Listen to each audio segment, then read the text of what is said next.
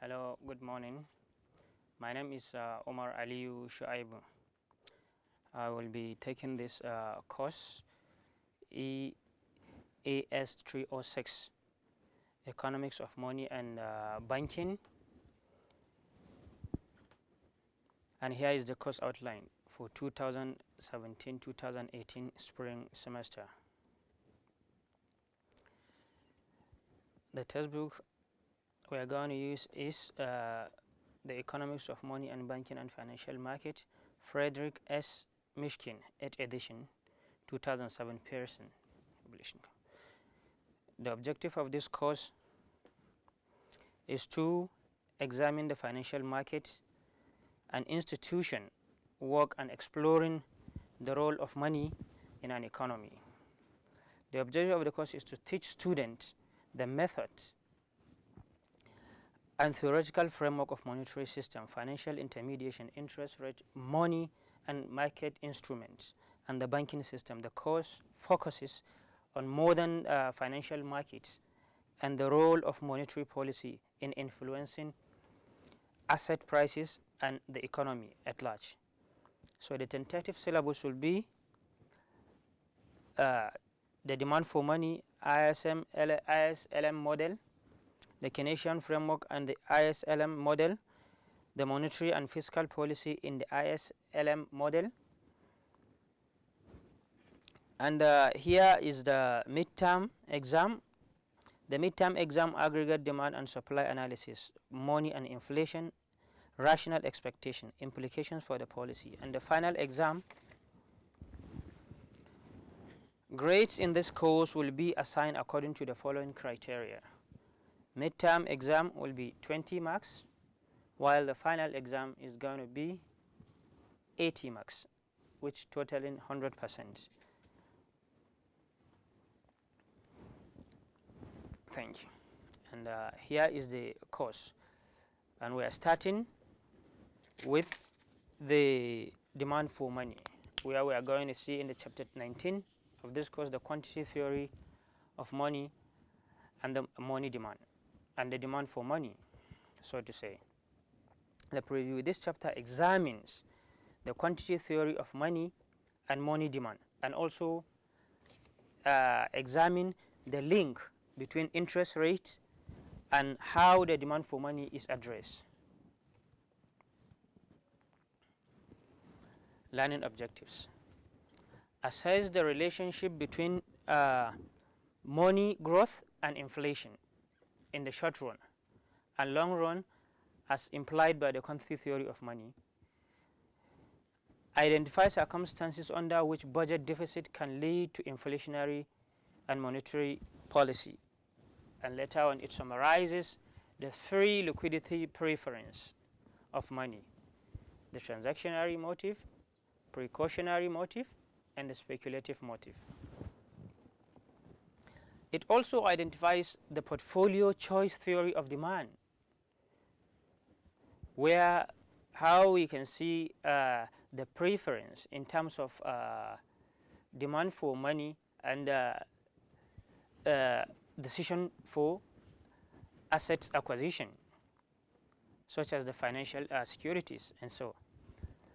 Assess and interpret the empirical evidence on the validity on the liquidity preference and portfolio theories of money demand. Here is it. The quantity theory of money here, the velocity of money is given here, and the velocity of money and the exchange equation and the equation of exchange. Here M stands as the money supply, while P as the price level, Y as the aggregate output or income in other cases. Now P times Y is referred to as or defined as aggregate nominal income, that is nominal GDP, while the velocity of money, average number of time per year in which a dollar or a given currency in an economy is spent. Where here is that velocity of money is defined as the aggregate nominal income over money supply. So given this, or by cross multiplying, you will have the equation of exchange, where money supply is multiplied with the velocity of money, which is equals to aggregate nominal income. But in the equation, the velocity of money is fairly constant in the short run, and aggregate output at full employment level. Changes in money supply also affects the price level. Movement in the price level result solely from change in the quantity of money, as we can see where the debates between Keynes and the classicals, or the quantity theory of money. The demand for money. To interpret Fisher's theory, we can say that M is equals to 1 over V times aggregate nominal income, where the velocity of money is constant. When the money market is in equilibrium, M is equals to MD. So when M is equals to MD, we can let MD equals to K times the aggregate nominal income. But here, because K is constant, the transaction level generated by the fixed level of PY, nominal aggregate income, determines the quantity theory of money, that is MD, according to Fisher.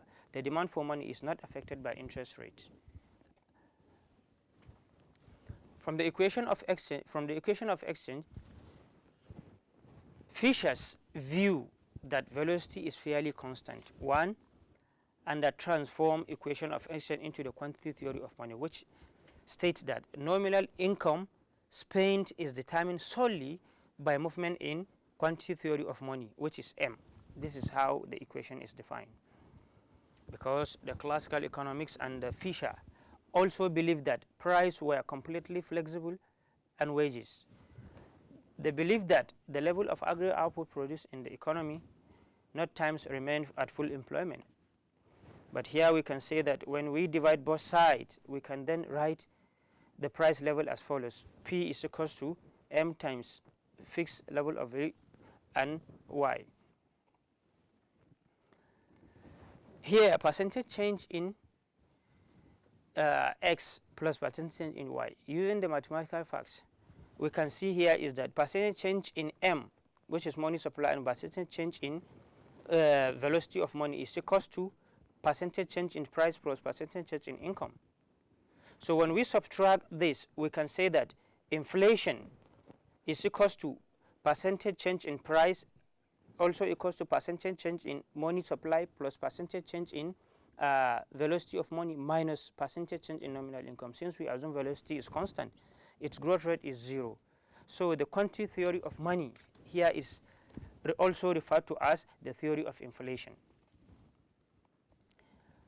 From this relationship between inflation and money growth, we can see that decades with high money growth rates have high inflation, while from this equation, countries with high money growth rate, such as Turkey, Ukraine, and the rest, have high inflation.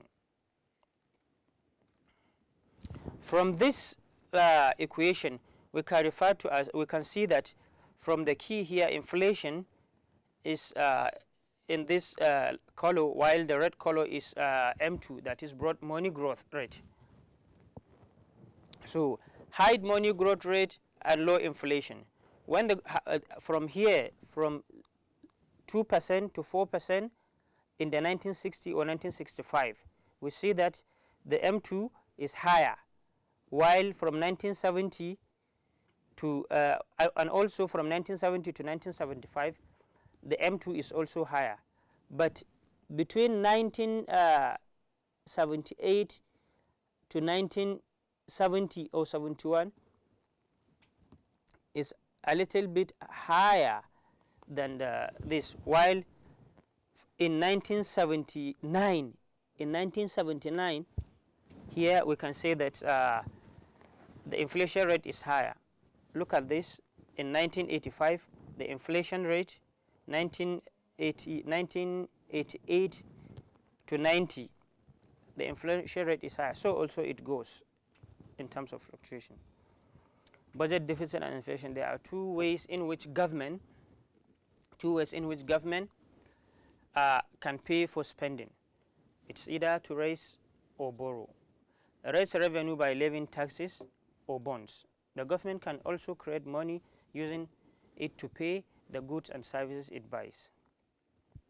The government budget constraints thus reveal two important facts. One, deficit is financed by an increase in bonds from the public. There is no effect on monetary base and hence on the money supply. But if the deficit is not financed by increase in bonds holding by the public, the monetary base and the money supply increase.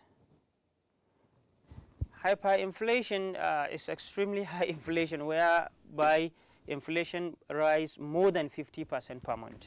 And as we can say that the global listing, it happens in Zimbabwe, I think in 2000, in their 2000 years. Keynesian theory of demand. Keynes liquidity preference theory. Why do inflation hold money?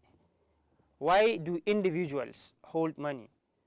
Three motives: transactional motive, precautionary motive, speculative motive. Distinguishing between real and nominal income. Transactional motive people use for day-to-day activities, buying goods and services, for the purchase of goods and services, while precautionary motive for unforeseen circumstances or contingencies, while speculative motive is to what? Take advantage of what? Future income or profits. Keynes initially accepted the view that the transaction component is proportional to income, but later he and other economists recognized that new method of payment, such as the payments technology, could also affect the demand for money, just like the ATM, the cashless economy now, where people now prefer to to make a payment technology than rather cash. Keynes also recognized that the people hold money as a cushion against unexpected ones. Keynes argued that precautionary money balances people want to hold will also be proportionate to income.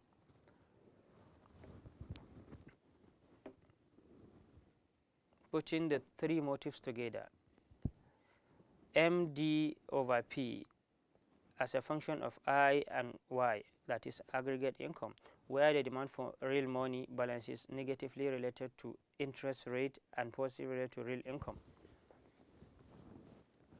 Writing this equation, P over MD is equals to 1 over function of interest rate and real income. Multiply both sides by Y and replacing MD with M. V is equals to P times V over Y, and Y as a function of over interest and real income.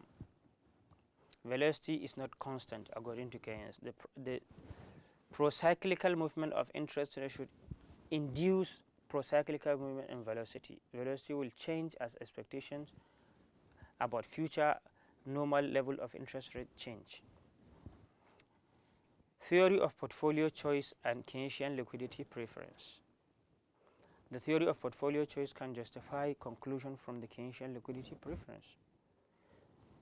The demand for real money balances is positively related to income and negatively related to nominal income, nominal interest rate. Other factors that affect the demand for money: wealth, riskiness of the risk, liquidity of other assets. So now from this, it is summarized in this table: factors that determine the demand for money. From here we can see that interest rate rises, money demand response, and reason why. Interest rate, as interest rate increases, that is change in variable, money demand response decreases, opportunity cost of money rises, income rises, money demand response rises, higher value of transaction, payment technology rises, less need for money in transaction as the reason, but money demand decreases.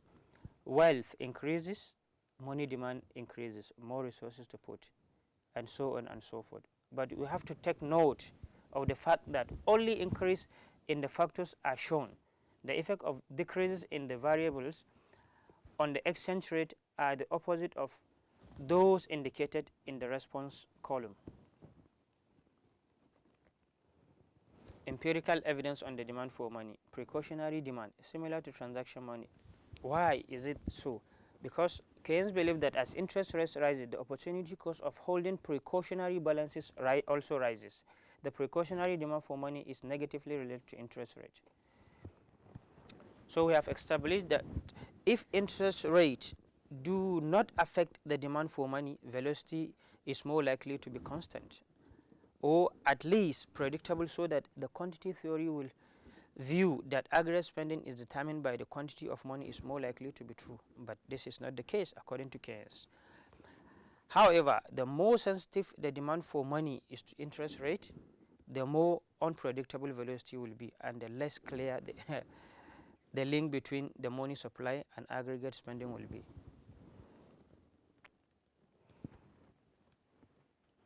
But if the money demand function is unstable and undergoes substantial unpredictable shift as Keynes believed, then velocity is unpredictable and the quantity of money may not be tightly linked to aggregate spending as it is seen quantity theory of money. The stability of the money demand function is also crucial to whether the Federal Reserve, for instance, not only Federal Reserve in America, but what we are saying here is that this decision taken by the central bank or apex bank in any economy should target interest rates or the money supply. If the money demand function is unstable and so the money supply is not closely linked to aggregate spending, then the level of interest rate and Federal Reserve will provide more information about the stance of monetary policy, and this will then the money supply policy, then will the money supply.